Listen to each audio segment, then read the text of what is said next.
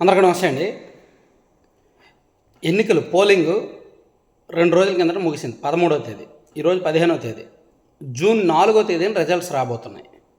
నేను పర్టికులర్గా చాలా స్పష్టంగా ఈరోజు మార్నింగ్ ఒక వీడియోలో చెప్పాను, అలాగే మన కమ్యూనిటీలో పోస్ట్ చేశాను. ఎగ్జిట్ పోల్స్ నిషేధం, ఎగ్జిట్ పోల్స్ అనేవి లేవు, జూన్ 1వ తేదీ వరకు ఎగ్జిట్ పోల్స్ ఇవ్వకూడదు అని నేను చాలా స్పష్టంగా చెప్పాను.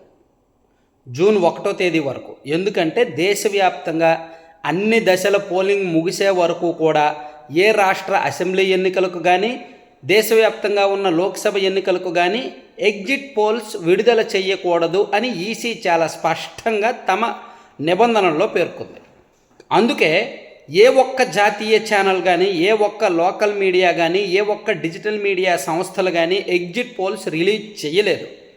కానీ మన తింగరి వెధవులు కొంతమంది ఉంటారు, తుంట్రోళ్ళు ఖాళీగా ఉండి ఫోటోషాపి లేదా మొబైల్ యాప్స్ ఒకటి చేతిలో పట్టుకొని ఆ సంస్థ సర్వే చేసింది, ఈ సంస్థ సర్వే చేసింది, ఈ ఎగ్జిట్ పోల్లో ఈ పార్టీకి ఇన్ని సీట్లు, ఆ ఎగ్జిట్ పోల్లో ఆ పార్టీకి ఇన్ని సీట్లు అని చెప్పి ఒక పనికిమాలిన స్క్రిప్ట్ ఒకటి తయారు చేసి సోషల్ మీడియాలో వదలడం. అది పట్టుకొని మన వాళ్ళు అన్నా నిజమా అన్నా నిజమా అన్నా నిజమా అని చెప్పి దాన్ని పట్టుకొని అడగడం చాలా సిల్లీగా ఉంటుందండి. చదువుకున్న వాళ్ళు, నా సబ్స్క్రైబర్స్ చదువుకున్న వాళ్ళు అయి ఉండాలని నేను చాలాసార్లు చెప్పాను. నా సబ్స్క్రైబర్స్కి అన్నీ తెలిసి ఉండాలి, నా సబ్స్క్రైబర్స్ ఏది నిజమో ఏది అబద్ధమో తెలుసుకునే వాళ్ళు అయి ఉండాలి. ఈవెన్ నేను అబద్ధం చెప్పినా సరే నన్ను ఎండగట్టేలా ఉండాలి అని నేను అనుకుంటా. కానీ ఎగ్జిట్ పోల్స్ వస్తే అన్న ఎగ్జిట్ పోల్స్ వచ్చే నువ్వు వీడియో చేయి, అన్న ఎగ్జిట్ పోల్స్ వచ్చే నువ్వు వీడియో చేయి, ఏం చేస్తా? అది ఫేక్. అది 1, 2 అయితే నేను రెస్పాండ్ అవ్వను. పొద్దున నుంచి 318 మంది నాకు పెట్టారు వాట్సాప్లో. నా వాట్సాప్ నెంబర్ చాలామంది దగ్గర ఉంది కదా, 318 మంది పెట్టారండి వాట్సాప్లో. అన్న దీని మీద వీడియో చేయి, అన్న నువ్వు ఎగ్జిట్ పోల్స్ లేదన్నా ఇదిగో వచ్చేసాయి. ఎగ్జిట్ పోల్స్ నిషేధం అండి, ఇవ్వకూడదండి. అది ఎవడో తయారు చేసిందండి, అది ఫేక్ అండి, అది ఒరిజినల్ కాదండి. దానికి తోడు ఇంటెలిజెన్స్ బ్యూరో రిపోర్ట్ అని ఇంకోటి రిలీజ్ చేశారు. అరే ఇంటెలిజెన్స్ బ్యూరోకి ఏం పని లేదా? ఆంధ్రప్రదేశ్ అసెంబ్లీ మీద ఇన్నిసార్లు సర్వే చేస్తుందా?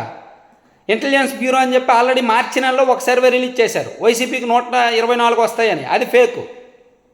అలాగే ఇంటెలిజెన్స్ బ్యూరో అని చెప్పి ఏప్రిల్ నెలాఖరున ఒక సర్వే ఒకటి రిలీజ్ చేశారు, టీడీపీ కూటమికి 105 వస్తాయని, అది ఫేక్. మళ్ళీ ఇప్పుడు పోలింగ్ అయిపోయిన తర్వాత ఇప్పుడు ఇంటెలిజెన్స్ బ్యూరో అని చెప్పి ఇంకోటి రిలీజ్ చేశారు, వైసీపీ అధికారంలోకి వస్తుంది అని, అది ఫేకే. ఇంటెలిజెన్స్ బ్యూరోకి ఏం పని లేదా? ఆంధ్రప్రదేశ్లో సర్వేలు చేస్తూ కూర్చుంటుందా? ఇంటెలిజెన్స్ బ్యూరో వాళ్ళు పొలిటికల్ సర్వేలు చేయరు. ఇంటెలిజెన్స్ బ్యూరో వాళ్ళు పొలిటికల్గా ఏ పార్టీకి ఎన్ని సీట్లు వస్తాయనేది చెప్పరు.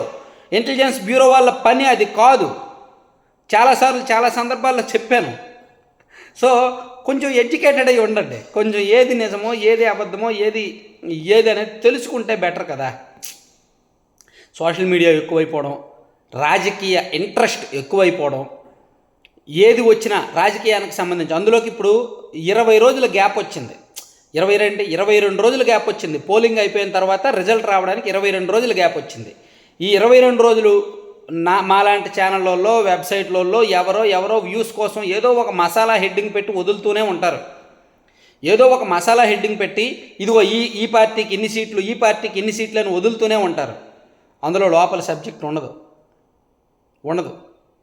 ఎందుకు ఉండదని చెప్తున్నానంటే, ఈవెన్ నేను కూడా స్పష్టంగా ఒక పార్టీకి ఇన్ని సీట్లు వస్తాయి అని నేను చెప్పలేను.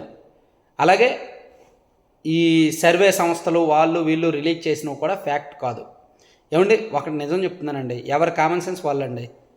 మీరు ఏ పార్టీకి ఎన్ని సీట్లు వస్తాయి అనేది డెప్త్గా ఆలోచించక్కర్లా. చాలా సింపుల్గా ఆ పేపర్, ఒక పెన్ను ఒక పేపర్ పట్టుకోండి. నేను నెక్స్ట్ వీడియోలో మీకు లెక్క చెప్తా, లెక్క రాసుకోండి.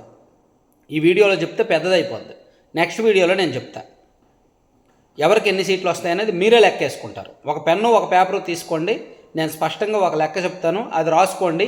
ఎవరికి ఎన్ని ఓట్లు వస్తాయో ఎన్ని సీట్లు వస్తాయో మీరే అంచనా వేసుకుంటారు. అది జూన్ 4వ తేదీ వరకు అది అక్కడే పెట్టుకోండి, నెక్స్ట్ వీడియోలో చెప్తాను.